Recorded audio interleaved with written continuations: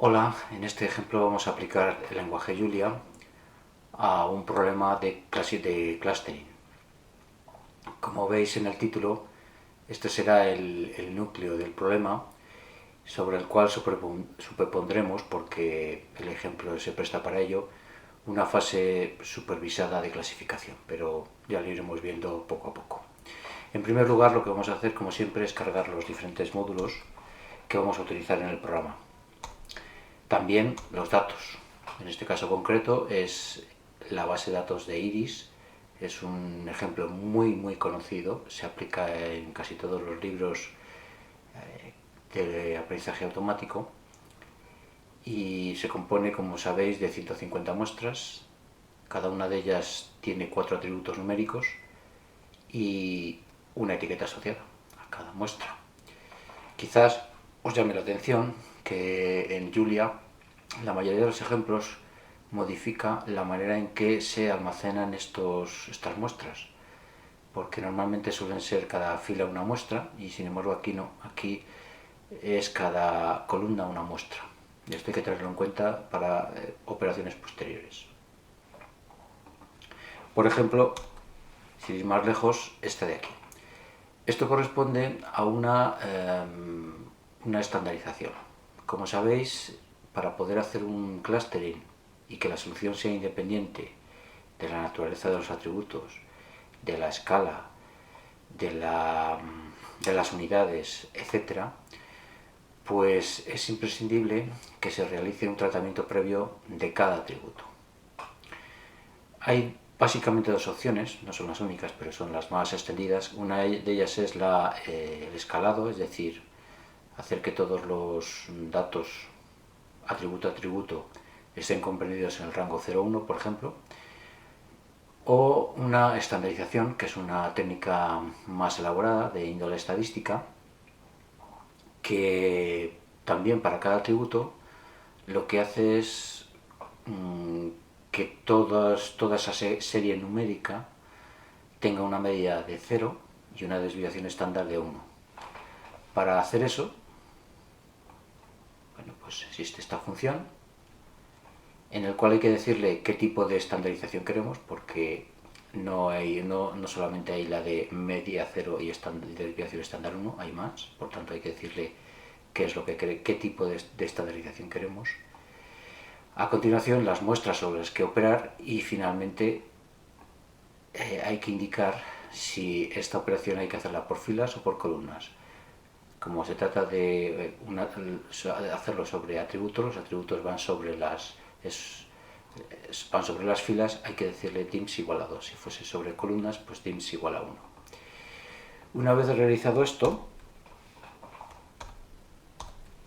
hay que extraer dos conjuntos, uno por aprendizaje y uno para test. Esto en principio para hacer un clustering, como no hay, es un agrupamiento no supervisado, en principio no tendría mucho sentido porque no se requiere, es decir, no hay una manera de verificar, salvo que haya algún tipo de mecanismo a posteriori, pero sobre las muestras en sí no hay una manera a priori de saber si lo que se ha hecho está bien o está mal o se adecua a nuestro problema o no.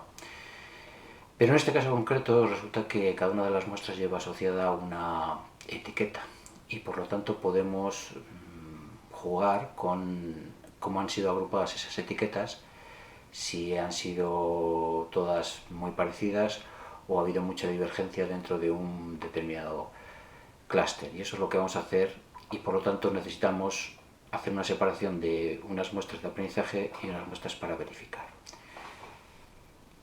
Hay también varias técnicas para hacer esto, como sabéis, y vamos a aplicar la más sencilla, que es el método del resorte o el método del holdout, que básicamente hace una extracción de muestras de aprendizaje y muestras de test basándose en una proporción, 2/3 para aprendizaje y el resto para test. Lo decimos aquí en este tercer parámetro. Dicha extracción puede ser, digamos, aleatoria, o bien podemos hacer que la población, la distribución de las etiquetas sea la misma tanto en el aprendizaje como en test. Esto significa que hay que hacer una extracción estratificada. Bueno, pues empleamos la función correspondiente donde le decimos no solamente las muestras, sino las etiquetas en las que se va a basar esa estratificación, y ya tendríamos la separación realizada. Bien, el siguiente paso es en sí aplicar el algoritmo de los k-valores medios. Aquí está la función. Hay que decirle sobre qué muestras operar. También hay que decirle el número de clusters, 6.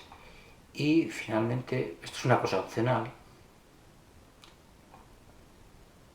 es bueno, pues que vaya mostrando iteración a iteración una serie de valores que nos indiquen si el algoritmo va evolucionando bien o no.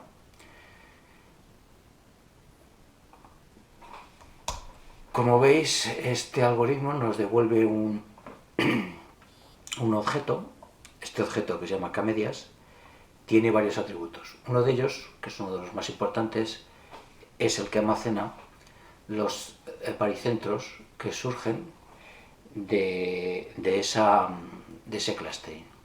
Entonces, como veis, son 6, cada uno de 4 componentes, conforme al problema. Y también, pues existe, vamos a ponerlo aquí,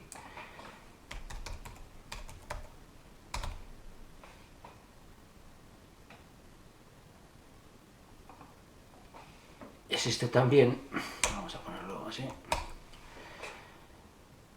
una matriz, en este caso un vector, que nos da un número entero correspondiente al clúster al que pertenece cada una de las muestras de aprendizaje.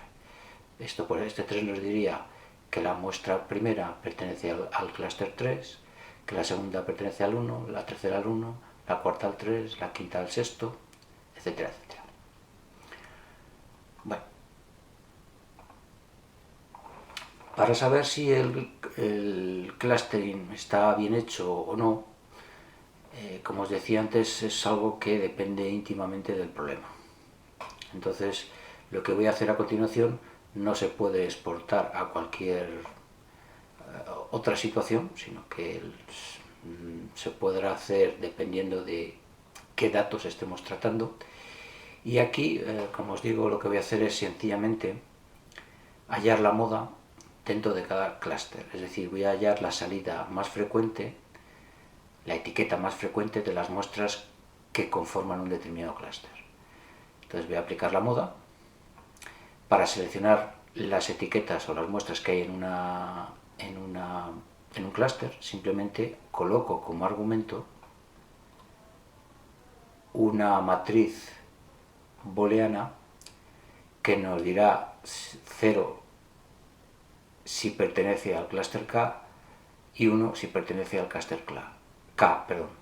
Entonces, variando ese K desde 1 hasta 6, pues voy obteniendo las muestras que pertenecen al clúster 1, al clúster 2, al clúster 3, y a medida que las voy seleccionando voy hallando la moda correspondiente. Esto queda almacenado en una matriz y, como veis, pues el primer clúster, la salida más frecuente es setosa, la segunda virgínica y así sucesivamente.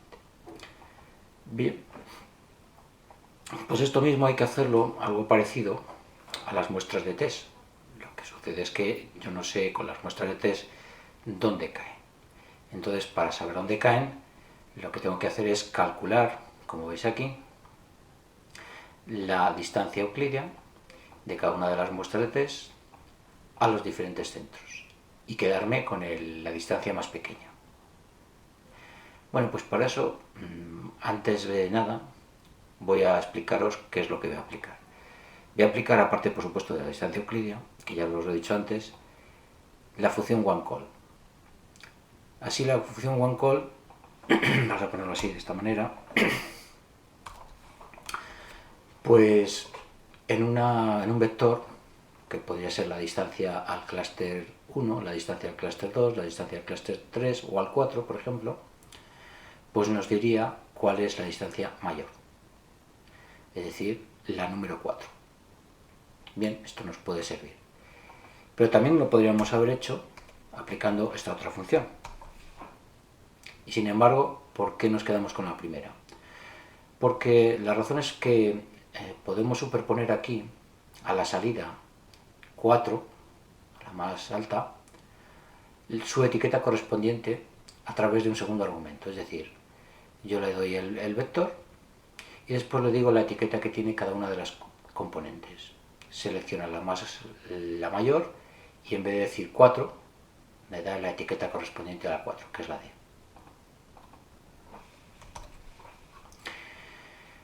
Pues esto nos viene muy bien cuando queremos hallar la salida deseada, es decir, si es setosa, virgínica o versicolor, aplicado a las muestras de test. No solamente me interesa saber cuál es la distancia más pequeña, sino realmente cuál es la salida asociada a esa distancia más pequeña. Entonces, bueno, primero, al aplicar OneCall, como se queda con el valor más alto, y yo lo que hago, lo que intento buscar es el valor más bajo, antes de realizar esa operación OneCall, las distancias las invierto. Es decir, no es la distancia, sino 1 dividido por la distancia, para que a la hora de aplicar el máximo me quede con la distancia más pequeña. Y después superpongo la matriz de moda, que es si la distancia más pequeña es la 1, setosa. Si la distancia más pequeña es por ejemplo, la 4, versicolor, que es la sexta, setosa. Entonces, bueno, pues realizo esto y ya me da directamente lo podemos ver aquí, si queréis.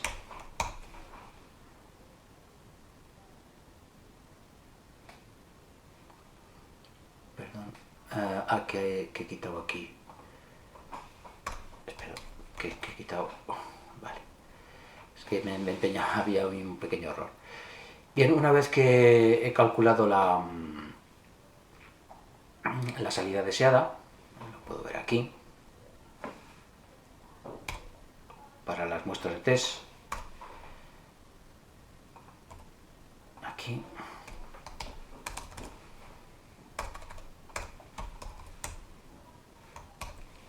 como veis, pues he calculado eso. A continuación voy a contar el número de coincidencias. Por tanto, cojo esa matriz de predicción para las muestras de test, voy a compararla con lo que debería dar, elemento a elemento aplico la operación de igualdad, es decir, el operador de comparación de igualdad. Esto me dará una matriz de ceros y de unos, simplemente sumo 1 acierto, 0 fracaso y divido por el tamaño de la matriz. Y me da el porcentaje, o me da el tanto por 1, de muestras de test que se clasificarían correctamente con este clustering, sobre el cual se ha superpuesto el criterio de la moda. Bueno, voy a utilizar este módulo que antes no lo tenía en consideración para lo que viene a continuación, que es esto mismo, pero sobre una validación cruzada. Entonces vamos a aprovechar este ejemplo para introducir cómo hacer validación cruzada en Julia. Bueno, pues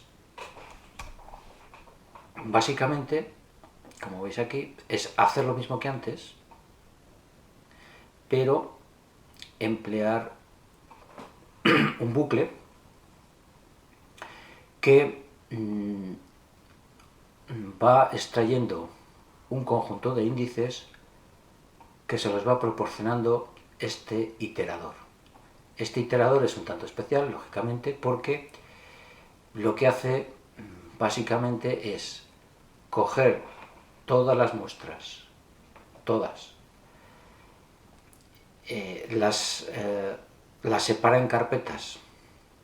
Cada carpeta, no perdáis este detalle, contiene la misma proporción de muestras de la etiqueta 1, de la etiqueta 2 o de la etiqueta 3, todas. Y como digo, esas 10 carpetas, en un primer experimento se queda con la primera carpeta para test y las 9 restantes para aprendizaje.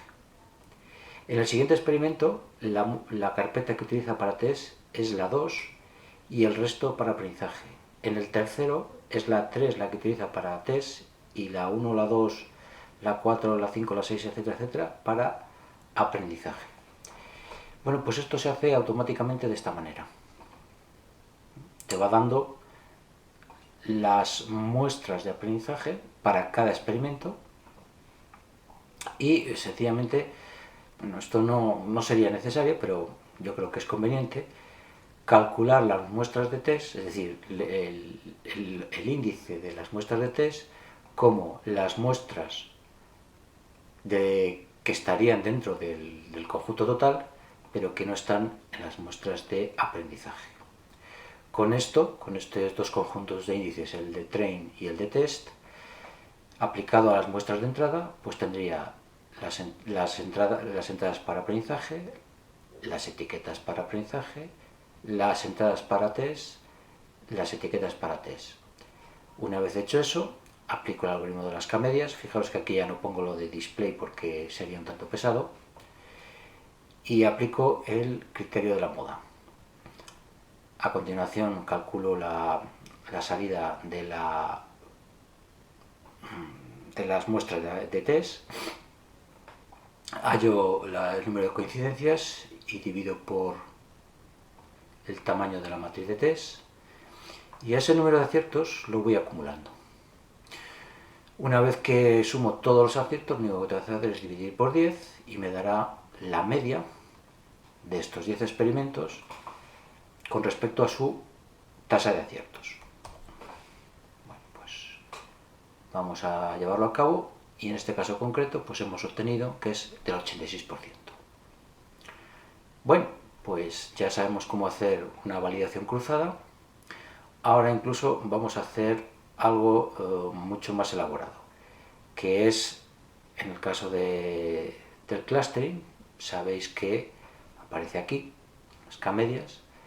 Este parámetro de aquí, n, es un parámetro que viene fijado de antemano, n igual a 6. Pero no tenemos la certeza de que ese n igual a 6 sea realmente el óptimo, sino que puede ser pues 7, 8, 10, 15, no sabemos.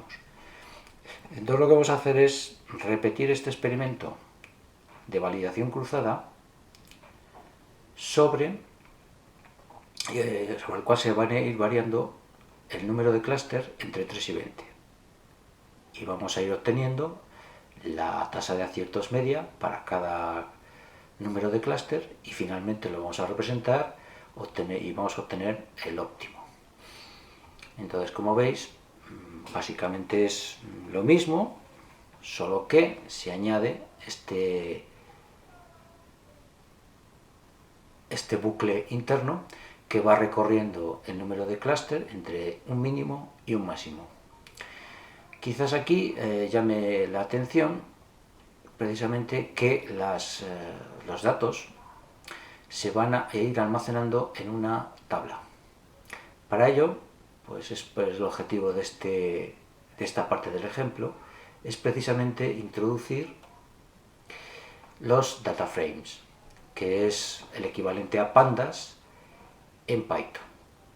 Y como veis, es muy parecido, aunque tiene sus particularidades, digamos sus rarezas, y a veces, bueno, en cierto sentido, pues en algunos casos parece como más sencillo y en otros es un pelín más complicado.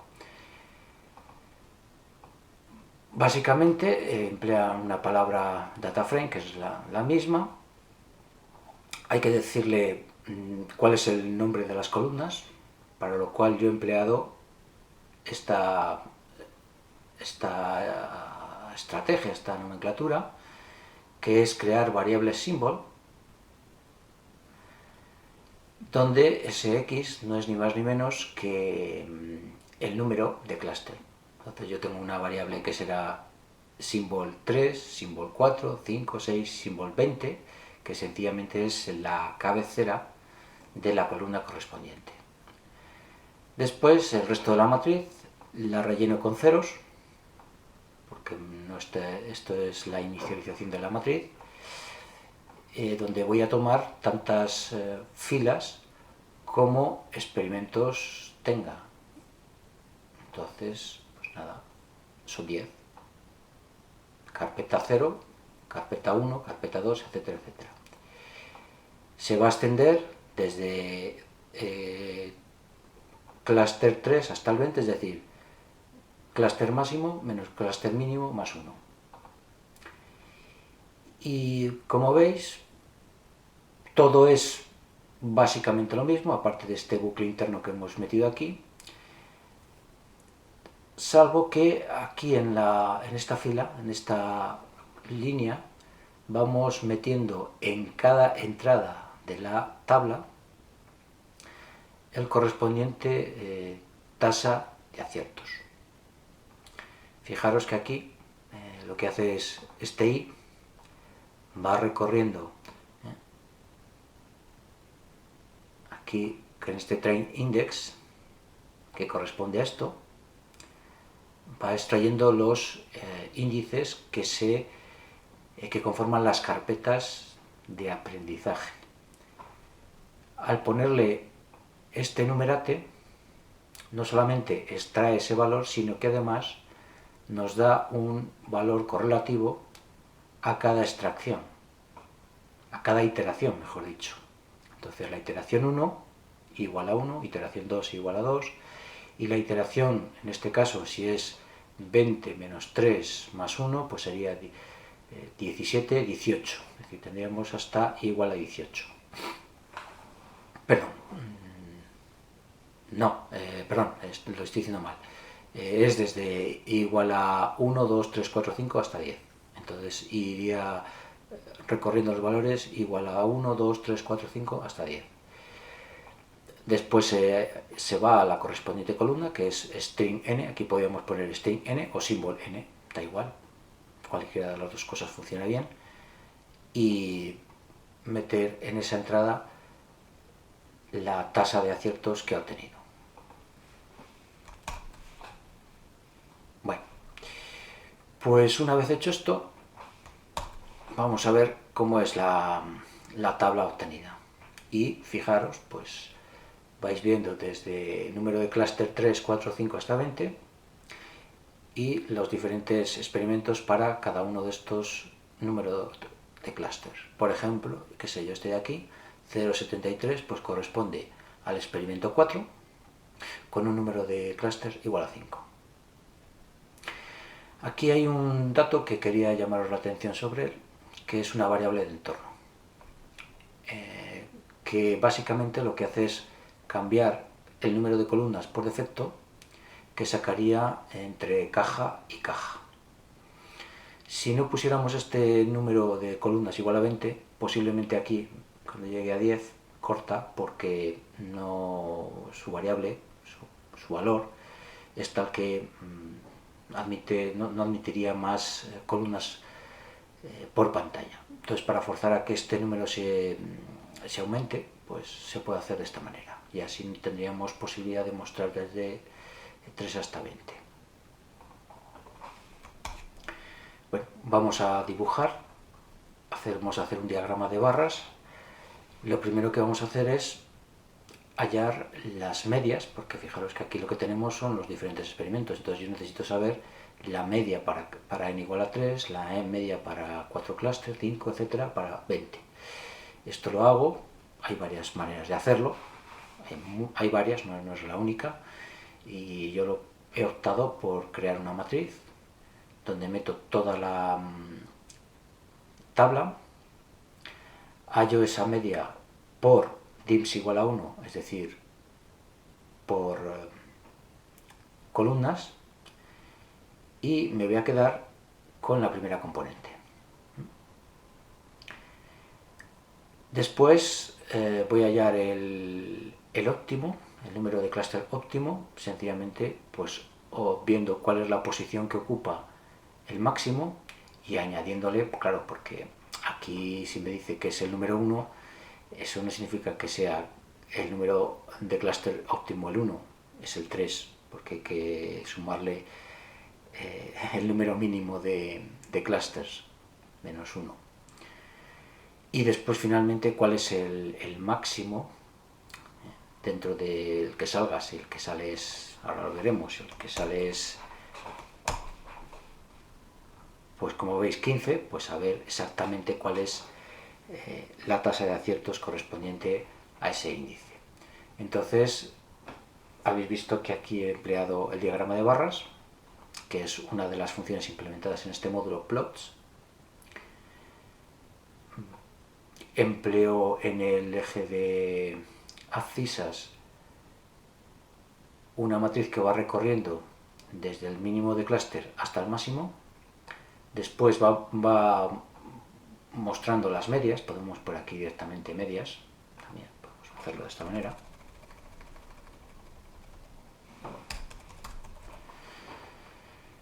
En cuanto a la etiqueta, de momento no digo nada.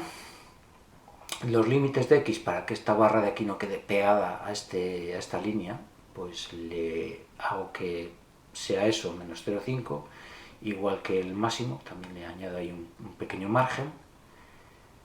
A continuación muestro un título que le aplico al objeto img, que ya ha sido creado, y después en la base, es decir, en la etiqueta de las x, sencillamente coloco esto literal, pongo ese dólar n óptimo, que es esto que acabamos de calcular aquí. Entonces, como veis, esto para los que sabéis Linux os tiene que sonar de la programación del shell. Y lo mismo con el número, con el óptimo en la tasa de aciertos. Bueno, pues como veis, lo mismo. Y con esto hemos obtenido primero un clustering, agrupamiento no supervisado, al cual hemos superpuesto una fase de clasificación, fase supervisada. Hemos aplicado, en cuanto a la extracción de muestras, el método más simple, que es el del resorte holdout. Después, la validación cruzada. Y finalmente, para complicar el ejemplo, hemos ido variando el número de clústeres entre 3 y 20 para hallar el óptimo. Hemos aprovechado para hablar de los data frames y también para representar o hacer algún tipo de representación gráfica con los resultados que se van obteniendo.